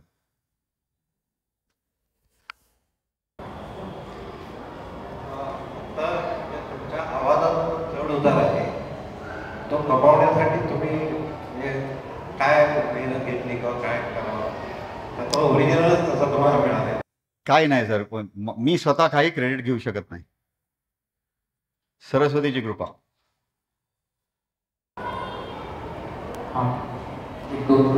बोला. सँडस्टॉर्मच्या वेळेला तुम्ही तिथे होता का? दुबईचं. आणि दुसरं म्हणजे भारत पाकिस्तान याच्यामध्ये विदुष्टता जी असते ती, सॉरी, भारत पाकिस्तान का मॅचेसमध्ये विदुष्टता जी जाणवते. सो नाही, तुम्ही भारत पाकिस्तानचं तुम्हाला अगदी स्पष्ट सांगतो, न्यूट्रल कंट्रीजमध्ये आपण खेळतो आता आजकाल. इंडिया आणि पाकिस्तानमध्ये तर होत नाहीत मॅचेस. आणि जी 99% ऑफ द वॉचिंग पब्लिक ह्यांच्यामध्ये अत्यंत उत्तम रिलेशनशिप. म्हणजे मला अजून आठवत आहे, तो फोटो ॲक्च्युली होता एका स्लाईडवर. त्याच 2019च्या मॅचमध्ये एक नवरा बायको होते. The boy was originally from Pakistan, the girl was from Mumbai. Right. आणि त्यांनी एक दुसऱ्याचे टी शर्ट घातले होते. The girl was wearing a Pakistani T shirt, the boy was wearing a Indian T shirt. पूर्ण एजबॅस्टनमध्ये you could see Indian and Pakistani flags together, you could see people together. काहीही animosity नाही आहे, काहीही नाही, शून्य आहे. ऑनेस्टली काही लोक असतील कट्टर दोन्ही बाजूला, ते सोडून द्या. आणि प्लेयर्समध्ये जी ॲनिमॉसिटी आपल्याला जाणवते ती कधीतरी एखाद्या इंडिव्हिज्युअल स्पार्कमुळे होते. गंभीर आणि आफ्रिदी सगळ्यांना माहिती. राईट. किरण आणि Javed my dad, Kiran More 92 world cup, त्याच्यामध्ये ॲनिमॉसिटी काही नव्हती, पण तो एक इव्हेंट होता आणि तो मॅग्निफाय झाला. आणि आजकालच्या वेळेमध्ये तर खरोखरीच नाही आहे. म्हणजे ही मुलं अंडर-19 वर्ल्ड कप खेळली आहेत एकत्र. तो बाबर आझम असो, बाबर आझम बरोबर रोहित शर्मा खेळलाय, जडेजा खेळलाय. राईट. तो ही जी एक मिथ आहे की इंडिया पाकिस्तान क्रिकेटमध्ये म्हणा किंवा कुठल्याही स्पोर्टमध्ये म्हणा, ती नेगेटिव्हिटी किंवा ते ओव्हर कॉम्पेरेटिव्हनेस किंवा ओव्हर झिलसनेस, की काहीतरी चुकीचं करू आपण, हरवलंच पाहिजे, हे युद्ध आहे वगैरे. जेव्हलिन थ्रोमध्ये बघा ना, नीरज चोपडा काय बोलतो. So I don't think this is a myth. I think it is a myth. आणि फ्रँकली स्पीकिंग तो भाग पॉलिटिक्ससाठी सोडून द्यायला पाहिजे. बट स्पोर्ट युनाइट्स हे माझं अगदी फर्म मत आहे. आणि मला जर कोणी विचारलं तर आपण जाऊन लाहोरमध्ये 2025ची चॅम्पियन्स ट्रॉफी खेळली पाहिजे. ती होणार नाही हेही मी सांगू शकतो. आणि तिथे जाऊन जिंकून या ना, मग खरी मजा येईल. नाही, माझा प्रश्न असा होता की काही कोपरखळ्या मारण्यापर्यंत काही प्रसंग झाले किंवा यांच्याशी तुमचं फर्स्ट हँड वितुष्टता नसते पॉलिटिकल असतात हो. पण असं काही पर्सनल तुमचे इंटरॅक्शन झाले का की काही खूपच वेळ त्यांना मुद्दाम मारायची जसं तुम्ही मग अशी म्हणतात की तुमच्या बॅट्समनला नाही आता बॉयकॉटची ते बोलतात तसं पाकिस्तानच्या अँगलने मला ऐकायला काही नाही, खरं सांगायचं तर असं मला तरी कधी जाणवलं नाही किंवा अशी काही गोष्ट मला माहीत नाही. आता उदाहरणार्थ अजय जाडेजा आणि आमिर सोहेलचं जे झालं होतं किंवा व्यंकटेश प्रसाद आणि आमिर सोहेलचं जे झालं होतं ते सुद्धा त्या मे बी 2 दिवस राहिला असेल, पण ते heat of the movement, heat of battle त्यावेळच्या गोष्टी आहेत. मला नाही वाटत आज कोणी आज काय इवन इयर्स अगो म्हणजे आज तुम्हाला मजेदार गोष्ट सांगतो. हे रेकॉर्डिंग 2 मिनिटं थांबवणार का? कारण आत्ता जे मी सांगणार आहे ते मला I don't want it recorded. ठीक आहे. तुम्ही कधी कॉमेंटेटर्स कर्स दिलाय का? हो, खूप वेळा. खूप वेळा. पण माझा कर्स उलटा काम करतो. मी जर आपण विक्ट्रीच्या खूप जवळ आलो असू तर मी नेहमी दुसऱ्या बाजूने बोलतो आणि हे ज्या दिवशी कळेल त्या दिवशीपासून मला कॉमेंट्री परत कोणी बोलणार नाही, पण मी करतो. ह्याच्या सगळ्यात नोटेबल एक्झाम्पल मला आठवत आहे 2007 मला वाटतं ट्राय सिरीज इन ऑस्ट्रेलिया आणि त्यावेळेला तो बेन्सन एंड हेजेस कपच्या 3 टीम असायच्या. Final was decided in a best of 3 आणि Sachin scored 200s in the first 2 test matches, 1 in Sydney and 1 in Brisbane आणि आपण ती जिंकलो. ती ब्रिस्बेनची मॅच जेव्हा चालू होती इट वॉज एन ODI आणि इरफान पठाण, आपला मुनाफ पटेल आणि Ishant were the 3 quick bowlers आणि मी कॉन्स्टंटली म्हणत होतो this ball is gonna be hit for 4, this ball is gonna go for, this guy is gonna get out. पूर्ण वेळ तसं चालू होतं आणि फक्त मला आठवत आहे मॅथ्यू हेडन येऊन मला बोलला, you actually have some hokey pokey going on here don't you. पण कॉमेंटेटर्स कर्स खूप वेळा होतो. म्हणजे सगळ्यात वाईट मला वाटला असेल तर मी पूर्ण वर्ल्ड कप इंडियातला BBC साठी केला, पण मी प्रॉमिस केलं होतं आकाशवाणीला की फायनल मी आकाशवाणीसाठी करणार आणि आजपर्यंतची माझी सगळ्यात डिसअपॉइंटिंग दिवस मला तो होता. आणि त्याचं कारण असं की इतकं चांगलं खेळलो वगैरे ते सगळं कबूल, तुम्ही जेव्हा क्रिकेट ह्या खेळाला गृहीत धरता किंवा you think you are bigger than the game and you can manipulate the game, मग तुम्हाला अशी थोबाडीत पडते. आणि माझं असं मत आहे, ऑफिशियली माझ्याकडे ऑब्व्हियसली काही एव्हिडन्स नाही आहे, पण माझं असं मत आहे की त्या विकेटवर खेळणं आणि ते विकेट कसं बनवणं ह्याच्यामध्ये आपल्या लोकांनी अननेसेसरीली इन्फ्लुअन्स केला आणि त्याचं प्रायश्चित्त आपल्याला भोगायला लागलं. कारण ऑस्ट्रेलियाने कधीही टॉस जिंकून बॅटिंग केली, ऑलवेज बॅटिंग केली आहे पहिली, आणि त्यामुळे ते विकेट तसं बनवलं गेलं असावं की बाबा समजा टॉस आपण जिंकलो तर आपण त्यांना बॅटिंग करायला सांगू आणि जर आपण हरलो तर एनिवे ते बॅटिंग पहिले करणार. टॉस हरले, they chose to put us in, the rest is history. Sir एक कॉमेंट्री करताना किंवा त्याच्या आधी कोणाकडनं काही प्रेशर वगैरे कधी येते का तुमच्यावरती? नाही, मी फार छोटा माणूस आहे, त्यामुळे मला कोणी करणार नाही आणि केलं तर त्याचा काही फरक पडणार नाही. आमच्या वाकणकरांमध्ये ही एक फार वेगळी क्वालिटी आहे की प्रेशर दिलं तर उलटाच बांबू दिला जाईल, तर कोणाची हिंमत होणार नाही बोलायला की हे बोल किंवा हे बोलू नको, नो चान्स. पण मी म्हणतो ना की आजकाल टेलिव्हिजनच्या लोकांना कदाचित हे फेस करायला लागत असेल, राईट. रेडिओमध्ये त्यांनाही फरक पडत नाही, कोण ऐकतंय, कुठला तरी पानवाला ऐकतो, कुठला तरी टॅक्सीवाला ऐकतो, चालत आहे, राईट. कुठली कधी तुम्हाला काही पनिशमेंट हा शब्द बरोबर नाही, पण कधी काही असं तुम्हाला फेस करायला लागलं की तुम्ही कॉमेंट्रीमध्ये असं बोलला? नाही, असं ऑफ हँड मला आठवत नाहीये, पण परवाच्या वर्ल्ड कपमध्ये आता हे जे नवीन सगळं ज्याला वोक म्हणतात ना, हे सगळं जे नवीन चाललंय ह्याच्यामध्ये मी तुला सांगतो, इंडिया USA मॅच सौरभनी नेत्रवळकरनी त्या 2 विकेट घेतल्या होत्या आणि मग मला वाटतं हार्दिक पांड्याचा का रिषभ पंतचा कोणातरी कॅच त्यांनी थर्डला ड्रॉप केला आणि त्यावेळेला आय वॉज डुईंग कॉमेंट्री आणि मी बोललो की oh my God he is dropped it. ती स्टिंट संपल्यानंतर मला लंडनवरून प्रोड्युसरचा फोन आला, Prakash, this must be the first time I am calling you in the last 25 years. You cannot say God. You cannot say God. Goodness म्हण, ओ dear म्हण, ओ what a पिटी म्हण, काय वाटेल ते म्हण, पण यू कांट से गॉड. का तर त्यांच्या ज्या ऑब्जेक्शनेबल वर्ड्स आहेत त्याच्यामध्ये आता गॉड आहे. म्हणजे जग कुठे जाणार आहे आता विचार करा की you can't say God. Goodness is okay but not God. तर ती एक इन्सिडेंट मला आठवत आहे. आणि हां, एकदा झिम्बाब्वेची मॅच होती आणि खूप वर्षापूर्वीची गोष्ट, 2003-04 असेल. फर्म्युलियन हे त्याचं खरं नाव, बरोबर उच्चार आहे आता, आणि मी त्याला सारखा वर्म्युलियन म्हणत होतो. तर तो येऊन मला लंच ब्रेकमध्ये मला येऊन बोलला की माय नेम इज फर्म्युलियन, इज नॉट वर्म्युलियन. पण असं क्रिटिसिझम फारसा कधी नाही, पण ट्विटरवर मात्र मिळतो की दिस ब्लडी फेलो हा नेहमी इंडियाच्या टीमच्या अगेन्स्टच बोलतो. त्यांना काय सांगू, मी असं लिहिलं की मॅचचा रिझल्ट बरोबर येतो, हे सांगता येत नाही.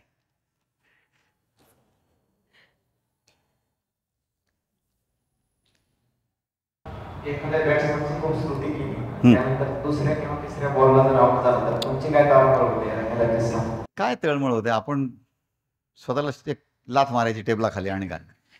पण मी तुम्हाला सांगू का, मला वाटतं हा प्रश्न विचारला होतास तू, कोणीतरी विचारला होता, मी उत्तर नाही दिलं, की कॉमेंट्रीमध्ये मी भारतीय आहे हे विसरून जायला पाहिजे.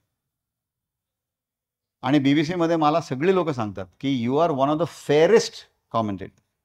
कारण मी कधी माझ्या तोंडातनं वी ऑर देम हे कधी निघत नाही.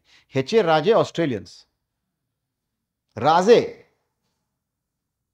म्हणजे we are losing this game, we should do this, they are doing this, हे स्टँडर्ड आहे. म्हणून चॅनल 9ची कॉमेंट्री टेलिव्हिजनवर जी होते, it is the most biased commentary that you will ever here. ते सगळ्यात जास्त बायसला काय म्हणतात मराठीत, पक्षपात इतका जास्त आहे की त्यांना हे विसरताच येत नाही की आम्ही ऑस्ट्रेलियन आहोत. आणि जर त्यांना हरवत असलो मग तर विचारू नका. म्हणजे ह्यावेळची आता नोव्हेंबर, डिसेंबर, जानेवारीमध्ये जी सिरीज होईल, 5 टेस्ट, पहिल्यांदा वेस्ट इंडिजची 75च्या टूरनंतर ॲशेस सोडून, म्हणजे इंग्लंडला सोडून, पहिल्यांदा ऑस्ट्रेलिया 5 टेस्ट खेळते कुठल्याही देशाबरोबर. त्याचं एक कारण की त्यांना भरपूर पैसे मिळतील बोर्डाला, परंतु ते दाखवते आणि म्हणून यांनी 5 टेस्ट केल्यात की 5 टेस्टमध्ये तर आपण नक्की 3-2 तरी का न होईना पण इंडियाला हरवू. आणि ती सिरीज माझ्या मते आता खरोखरी should be called the world test championship. कारण ती जवळजवळ 6-7 लोकांची शेवटची टेस्ट सिरीज होणार माझ्या मते. विराट, रोहित, अश्विन गेला तर अश्विन, तिकडे Pat Cummins, Hazlewood, Steve Smith, या सगळ्यांची ही शेवटची सिरीज असणार आहे. It will be a great series, खूप मजा येईल. प्रत्येक स्पोर्टमध्ये commentators some come from a very good playing career that they end up in commentary and some who are very good experts and they are in commentary. तर काय दोन्ही बाजूचे pros and cons असतात, what are they good at? See, माझ्या मते cricketers or any sportsman who is part of the commentary team कुठल्या तरी डिसिप्लिनचा, त्यांचं काम असतं त्या खेळाचे फायनर पॉईंट्स, त्या खेळाचे नुआन्सेस हे प्रेक्षकाला किंवा लिस्नरला कन्वे करणं. पण त्याहीपेक्षा महत्त्वाचं काम असतं जो ब्रॉडकास्टर आहे किंवा कॉमेंटेटर आहे त्यांनी ते काढून घ्यायला लागतं. आणि म्हणून माझं मत असं आहे की 4ही क्रिकेटर किंवा 3ही क्रिकेटर्स क्रिकेटनी कॉमेंट्री करणं ह्याच्यामध्ये ती मजा आणि ती क्वालिटी कधीच येणार नाही. कारण तो काय त्याचं नाव, रिकी पॉन्टिंग सांगत असणार in 1976 I did this, right, आणि मग सौरभ म्हणणार but in 2001 I did that. म्हणजे मी एक्झॅजरेट करतोय. तर ते आपल्या पर्स्पेक्टिव्हनी बोलतात आणि कुठेतरी थोडीशी कम्पॅरेटिव्हनेस असते. म्हणून तुम्ही जर पाहिलं असेल टेलिव्हिजनवर, one of my commentators that I really like is Pommie Mbangwa, right. कारण पॉमी त्या लेवलचा क्रिकेटरच नाही आहे, त्यामुळे तो शांतपणे आपली कॉमेंट्री करतो, राईट. त्याला कुठेही हे सगळं करायची जरूर नाही. पण हे जे जितका मोठं नाव तितका प्रॉब्लेम, असं माझं मत आहे. आणि म्हणून जेव्हा हर्षा किंवा नॅटली जर्मिनॉस किंवा मेल जोन्स त्याच्यामध्ये असते त्या मिक्समध्ये, तर तुम्हाला कॉमेंट्रीची क्वालिटी जी एक्स्ट्रॅक्ट केली जाते ती जास्त चांगली मिळू शकते. कारण ते प्रश्न विचारले जातात. की Sunny what do you think would happen जर हे असं नाही असं झालं, तर हा प्रश्न विचारता यायला पाहिजे. आणि तो जनरली क्रिकेटर्स एक दुसऱ्याला नाही विचारत. म्हणून तर मांजरेकरची आणि हर्षाची जी कॉन्ट्रोवर्सी झाली होती ती त्यामुळेच घडली होती की तू कुठे काय क्रिकेट खेळलायस, तू हे बोलू कसं शकतोस. हे होतं. मला बोला. आता रिसेंट जे वर्ल्ड कप झाला त्याच्यामध्ये हिंदी आणि इंग्लिशमध्ये बरेचसे तसे लँग्वेजेस होते, पण इंग्लिशमध्ये बघताना जास्त इंटरेस्टिंग वाटायचं कारण की अनालिसिस वगैरे करायचे, प्रेडिक्शन्स चांगले करायचे, मोस्टली ॲक्युरेट असायचे. पण हिंदीमध्ये बघताना कधी कधी त्रास व्हायचा की अक्षरशः खरी गोष्ट आहे. तुम्हाला माहिती आहे का की आजकाल मी नाव घेणार नाही त्या चॅनलचं, कधीतरी बोलवतील कदाचित मला, पण काही चॅनल्समध्ये सांगितलं जातं हिंदी विशेषतः, ओरडला नाही तर कॉमेंट्री काय, म्हणजे अर्णब गोस्वामी झालेत सगळे, राईट. नवज्योत सिद्धू, खरं पाहायला गेलं तर क्रिकेट खूप चांगलं समजतं, त्याला भाषेवर कंट्रोल आहे, परंतु ज्या पद्धतीने तो कॉमेंट्री करतो म्हणजे तुम्हाला असं वाटत असतं की जग कोसळलं किंवा आपण जगावर राज्य करतोय, राईट. तर इतकं जास्त त्याला वर नेणं हे सुद्धा आता हे मार्केट रिसर्च करून जे लोक सांगतायत ते चॅनल्स लोकांना देत आहेत. कन्झ्युमरिझमचा पीक आहे आता, राईट. तर मला आठवतं आहे की 3ऱ्या का 4थ्या IPLच्या एडिशनमध्ये मी सोनीच्या MDला भेटायला गेलो की म्हणलं त्याला कॉमेंट्री नाही पण अँकरिंग करायला मिळेल का IPL मध्ये. त्यांनी काय उत्तर दिलं मला माहिती आहे, you are 15 years too old. आमचं रिसर्च सांगतं की 24 आणि 26 वयाची मुलं ज्या योगे मुली मॅचेस बघतील टेलिव्हिजन, हे रिसर्च आहे. हे त्यांचा बिझनेस त्यांनी ठरवायला पाहिजे आणि त्यात काही चूक नाही आहे, कारण सगळीकडेच तसं होतं आहे, राईट. कन्झ्युमर जो पैसे देतोय तो जे डिमांड करेल ते द्यायला पाहिजे. That is the definition of capitalism.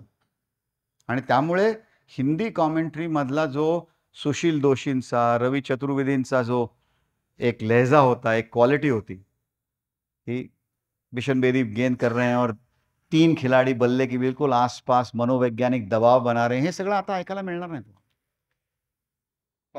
मला बेसिक प्रश्न असा वाटतो ॲनालिसिस पार्ट किंवा प्रेडिक्शन थोडं दूर धरतोस. ते जे पार्ट्स आहेत ते मोस्टली सगळेच खोटे ठरतात. नाही, प्रेडिक्शन आणि ॲक्च्युअली काय होतं ह्याचा काही संबंध नाही. कमेंट देऊन रिकामे होतात आणि एक मध्ये वेगळाच काहीतरी घडतं. मी हिंदी कॉमेंट्री ऐकत नाही टू बी ऑनेस्ट, त्यामुळे मला माहीत नाही. पण तसं जर करत असतील तर सूनर ऑर लेटर त्याचा फरक पडेल. पण अशा पद्धतीने कोण बघतं आजकाल मला सांग ना. 90% or little less may be लोक जे कॉमेंट्री ऐकतात किंवा बघतात, ऐकत नाहीतच ॲक्च्युली बघतात, त्याच्यामध्ये त्यांना फक्त आपली टीम जिंकायला हवी, ह्याच्या पलीकडे कॉन्टेस्ट कोणाला नको आहे. मला सांग ना, काल टाय झाली, परवाच्या T20मध्ये ज्या पद्धतीने इंडिया जिंकलं, राईट. ह्या matches are so interesting, so engrossing. काय बोललं जाते त्यांच्याबद्दल, कोणी काय, अरे श्रीलंका का मॅच सोडो, कारण त्याच्यावरती कमर्शियल पैसे बनत नाहीत. तुम्ही विचार करा ना, 83 साली, आणि हे बहुतेक सगळ्यांना आता माहिती आहे गोष्ट, पण 83 साली वर्ल्ड कप जिंकल्यानंतर साळवे साहेबांनी फोनवर कपिल देवला सांगितलं की सगळ्या प्लेयर्सना 1-1 लाख रुपये मिळणार. आणि रुंगटा साहेब जे ट्रेझरर होते त्यांनी साळव्यांना सांगितलं की अहो साहेब, पण आपल्याकडे तेवढे पैसेच नाहीत BCCIमध्ये. BCCIमध्ये 17 लाख रुपये नव्हते, आज 17,000 कोटीचे FDs आहेत, राईट. तर खेळ बदलला, खूप बदलला.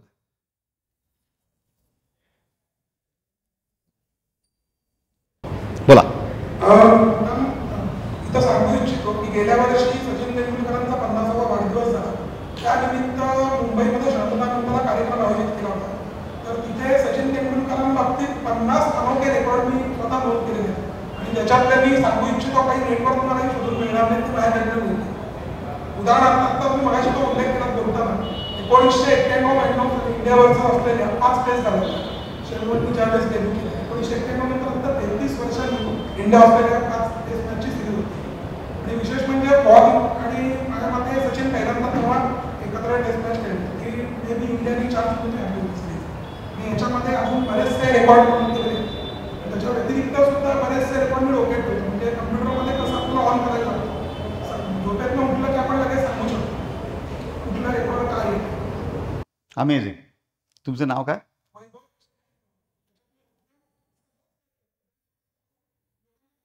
थँक्यू. आत्ता वाचू नको. माझं मराठी वाचन जरा थोडंसं अवघड. मराठी इंग्लिशमध्ये वाचू. बरं, एखाद दोन गोष्टी वाच. Highest number of ODIs 463 matches. Highest number of half century 68. सर्वाधिक वेळा ODI मध्ये 90 बाद होणारा खेळाडू 18 वेळा. भारत पराभूत झाले असता सर्वाधिक वेळा सामनावीर म्हणजे मॅन ऑफ द मॅच. सामनावीर म्हणजे उजव्या यष्टीवरून डाव्या यष्टीकडे वळणारा हा चेंडू वगैरे त्या कॅटेगरीतलं मराठी आहे. IPL मध्ये ऑरेंज कॅप जिंकणारा प्रथम भारतीय खेळाडू. ODI मध्ये सर्वाधिक वेळा मॅन ऑफ द मॅच पुरस्कार मिळवणारा खेळाडू. अरे मॅचेस किती खेळला तो? हा, मग तेंडुलकर हा ग्रेट क्रिकेटर आहे, याच्यामध्ये काही शंका नाही. परंतु त्याच्या व्यतिरिक्त पण जगात क्रिकेट आहे. नाही, पण त्याच्यातले काही जे रेकॉर्ड आहेत, उदाहरणार्थ आता एक 0 पासून 50 पर्यंत प्रत्येक रनवरती अवलंबून तुला जगात खेळवलं नाही. मग अरे 1000 मॅच खेळला तर कधीतरी होणार ना. ते स्टॅटिस्टिकल प्रॉबिलिटी वाढते. अरे नाही आहे ना, कारण कोणी एवढं खेळलंच नाही. सचिन एवढ्या मॅचेस इंटरनॅशनली कोण खेळलाय सांग मला. पण टेस्ट मॅचेस किती खेळलाय आणि ODIs किती खेळलाय हे काढून बघ. कारण टेस्ट मॅचेसमध्ये ही पॉसिबिलिटी जास्त वाढते ना. आज तू मजा माहिती आहे का, जो रूट आज काहीतरी 12,079 काहीतरी रन्स आहेत त्याच्या टेस्ट मॅचेसमध्ये. त्या वयाला सचिन तेंडुलकरच्या 9,300 रन होत्या. म्हणून आजकाल इंग्लंडमध्ये आता ही नवी मूव्ह सुरू झाली आहे की विल जो रूट बीट सचिन रेकॉर्ड. ती माझं असं मत आहे पर्सनली, आणि प्लीज डोंट फील बॅड. आपला प्रत्येकाचा कोणीतरी एक फेवरेट प्लेअर असतो आणि तू जे करतोयस ते कमाल आहे जर डोक्यात सगळं असेल तर. परंतु सचिन तेंडुलकर जर एकटा असता तर तो क्रिकेट खेळलाच नसता एवढं, कारण बाकीचे 10 लोक लागतात. टीम गेम इंडिव्हिज्युअल गेममध्ये हा फरक आहे. आणि म्हणून सचिन तेंडुलकर बरोबर खेळलेले लोक कोण खेळलाय सगळ्यात जास्त टेस्ट मॅचेसमध्ये बॉल्स सचिन बरोबर? सचिन नंतर नाही, बरोबर एकत्र. मला विचारशील पर्सनली हँड ऑन हार्ट, आणि ही जर टेप कुठे चुकून सचिन गेली तर मला माहित नाही काय होईल, पण I believe the greatest servant of Indian cricket is Rahul Dravid.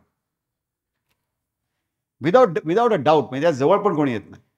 कोण आपलं बॅटिंग करिअर सोडून विकेट किपिंग करतं यार? त्या माणसाने काय नाही केलं आणि कधीही त्याला ते क्रेडिट मिळालं नाही. आणि तो इतका हंबल आहे. सचिनच्या शेवटच्या टेस्टसाठी बीबीसीने एक प्रोग्राम केला होता, मी पण बोललो होतो. राहुलला विचारलं गेलं, what do you think about Sachin? तो काय म्हणला, I will tell my grandchildren that I played cricket with Sachin Tendulkar. Right? Yeah. These final 2 answers from my land in controversy. नाही, ऑन आहे, थोडं तो माईक जवळ गेला. So, what's your world 11? Sorry, world 11. अशक्य प्रश्न आहे. आणि त्याचं कारण फार सोपं आहे की तुम्ही इराजना कम्पेअर करू शकत नाही. राईट? कुठेतरी केलं होतं मी एकदा. मी काय म्हणलात, वर्ल्ड 11 आणि इंडियन 11. ते इंडियन 11 इज प्रॉब्ली इझियर. म्हणजे मी पाहिलेले ज्या लोकांना मी पर्सनली खेळताना पाहिलं त्या इंडियन 11 करतो, वर्ल्ड 11 पाठवीन. So Indian I think is very simple for me in a way की Sunil and Sehwag to open, Rahul at 3, Sachin at 4,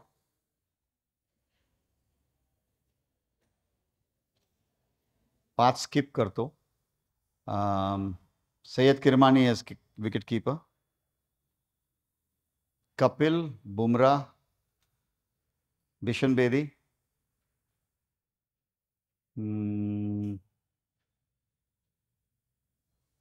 Chandrasekhar, and maybe Kuldeep. No.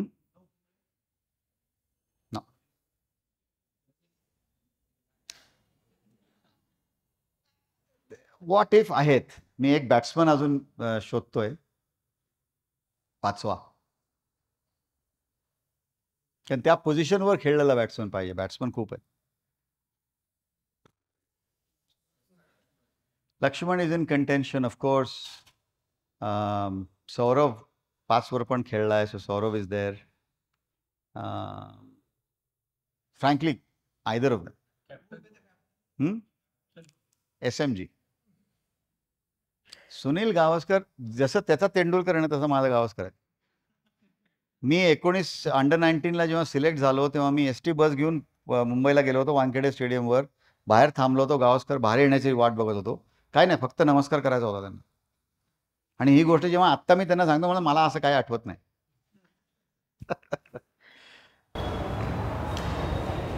मला 2 प्रश्न आहेत. तर पहिला प्रश्न म्हणजे तुम्ही तुमचं करिअर आणि हॉबी हे दोन्ही एकत्र कसं काय, दोन्ही सक्सेसफुल कसं काय केलं.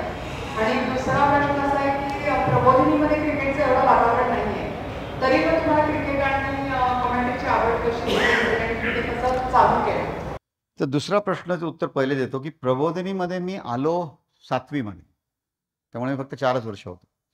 आणि क्रिकेटची सुरुवात त्याच्या आधी झाली. म्हणजे सेंट मार्क्स हायस्कूल झाशी त्या ग्राउंडवर मी पहिली सेंचुरी स्कोर केली होती. आणि ज्या मॅचचा उल्लेख तू केलास ते JN पेटिटचं ग्राउंड होतं. तिथे मी नुमोईसाठी पहिली सेंचुरी स्कोर केली. त्यामुळे cricket was always part of my life, Prabodhini यायच्या आधीसुद्धा. आणि त्यावेळेला वेळच नसायचा ना, म्हणजे सकाळी 7 वाजल्यापासून संध्याकाळी 8:30 वाजेपर्यंत इथून जायचं घरी आणि मग 17 किलोमीटर सायकलवर घरी जायचं. त्यामुळे क्रिकेट खेळायला मिळालं नाही, पण तो इंटरेस्ट चालू होता. आणि कॉमेंट्रीबद्दल मी तुम्हाला सांगितलं की म्हणजे बाळपंडितांचा जो मुलगा आहे आप्पा, माझं हे खरंच जेन्युइन मत आहे की जर बाळपंडितांनी मला जर एनकरेज केलं नसतं तर maybe I would not have. मला माहीत नाही. आणि as far as balancing career is concern, honestly सांगायचं तर नशिबाचा फार मोठा हात की अशी लोकं भेटली, अशा कंपन्या भेटल्या, असे बॉसेस भेटले की ज्यांनी कधी त्याला ऑब्जेक्ट केलं नाही. आणि मग of course as one became senior it was easy. कारण मग आणि आताच्या गेल्या 10-12 वर्षात तर काहीच फरक पडत नाही where you are in the world. पण हे जरूर व्हायचं की दिवसभर कॉमेंट्री करायची आणि लवकर सकाळी उठून किंवा मॅच संपल्यानंतर ऑफिसची कामं करायची. सो पण मजा अशी आहे की क्रिकेट कॉमेंट्रीमुळे आजपर्यंत कधीही मला थकवा जाणवला नाही. सिंगापूरमध्ये असताना मी ESPNसाठी टेलिव्हिजनवर व्हॉइस ओव्हर्स करायचो उशिरा रात्री. म्हणजे 8-9 वाजता सुरू व्हायचं, 2-2:30 वाजता संपायचं, 3 वाजता संपायचं. 4-4:30ला घरी पोचायचं आणि 7:30 वाजता निघून 8 वाजता आय वॉज इन ऑफिस. पण कधीही धमाल नाही झालं, कधी नाही धमाल झालं. ते म्हणजे मी हे बोलणं योग्य नाही, पण माझी आई मला म्हणायची की तू जेव्हा क्रिकेट कॉमेंट्री करतोस तेव्हा खरोखरीच सरस्वती तुझ्या जिभेवर असते. मला माहीत नाही, देवाची कृपा आणि नशीब. पण मी नेहमी म्हणतो की कुठला तरी एक इंटरेस्ट जर डेव्हलप केला आणि तो जर असला तर त्याचा फायदा पुढच्या आयुष्यात खूप होतो. कारण मी नेहमी माझ्या इंस्टाग्रामवर माझं इंट्रोडक्शन असंच आहे, cricket feeds the soul, job puts food on the table. आणि तेच खरं आहे. त्यामुळे जस्ट गुड फॉर्च्यून.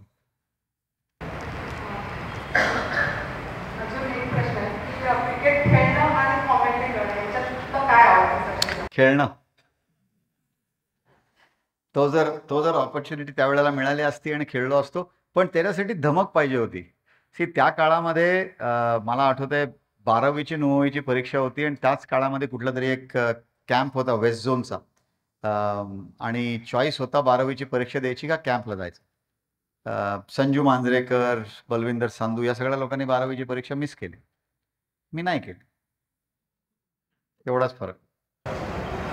मला अशी प्रद्युम्नाने विचारलं त्याच्यात थोडंसं अनुषंगाने की सतत कॉमेंट्री करत राहायची तर अपडेटेड काही राहावं लागतं. म्हणजे कसं गायक असतात ते जसं रियाज करतात तर तसं आवाजाच्या बाबतीत झालं किंवा माहितीच्या बाबतीत झालं तर असं तयारी काही सतत करत राहावी. अगेन मला वाटतं मी थोडासा युनिक आहे. मी माझ्या हातात डायरीही नसते, पेनही नसतं. काही लोक मला माहिती आहेत खूप चांगली कॉमेंट्री करतात, खूप रिसर्च करतात. म्हणजे काही लोक तर काही तकिया कलाम लिहून आणतात आणि अप्रोप्रिएट ओकेजनला ते वापरतात. मला ते करायची कधी आवश्यकता वाटली नाही आणि कदाचित त्या कारणामुळेच असेल की जेवढं मी करू शकलो असतो तेवढं कदाचित मी नाही केलं, मला माहीत नाही. परंतु ज्याला being honest with your self म्हणतात ना, मला असं वाटतं की रिसर्च करणं. आता समजा उद्याला मला नमिबिया आणि ब्राझीलची मॅच आहे तर मला त्या प्लेयर्सबद्दल काहीच माहीत नसणार, मग त्याच्यासाठी रिसर्च करणं आवश्यक आहे आणि भाग आहे. Then you will do all that. परंतु मला मायकल वॉनच्या करिअरबद्दल वाचायला लागत नाही, आठवत ह्याच्या एवढं नाही पण थोडंफार आठवत, तर ते बोलून चालतं. तयारी करावी का?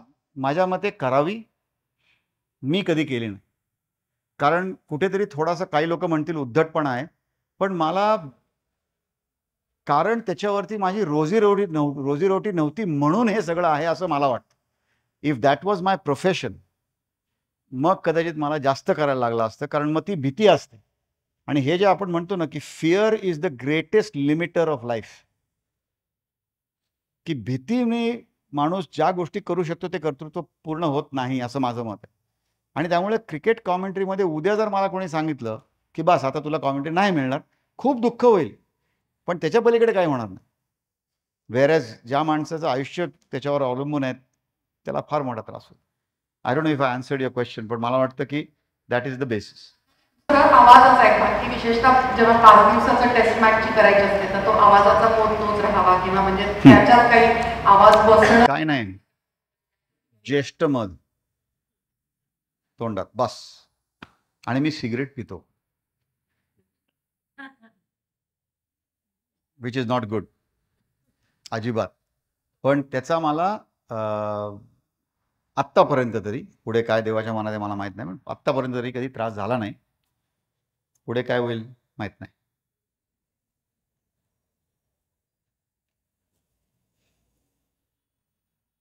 मजा आली.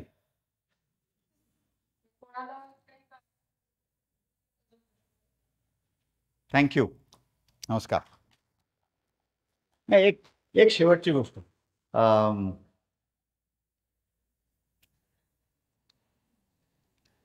तर मी नंतर वेगळं बोलेन कोणाशी तरी. इथे बोलणं पब्लिकली बरोबर नाही.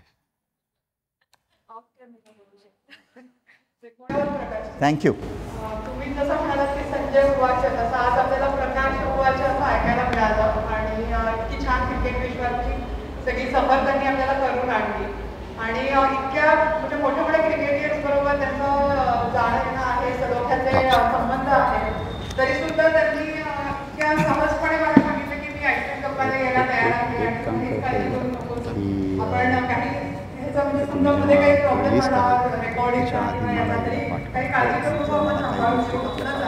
हे ऐकूनच मला इतकं छान वाटलं की त्यांना प्रबोधिनीचा जो हे आहे त्यांच्या मनात की मी प्रबोधिनीचा विद्यार्थी आहे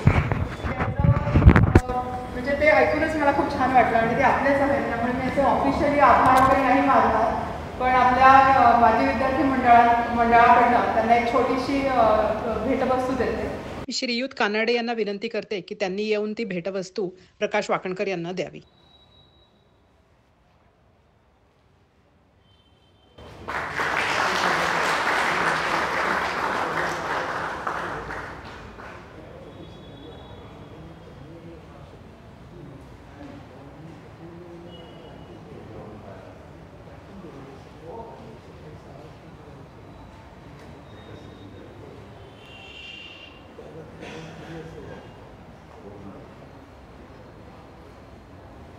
थँक्यू. धन्यवाद.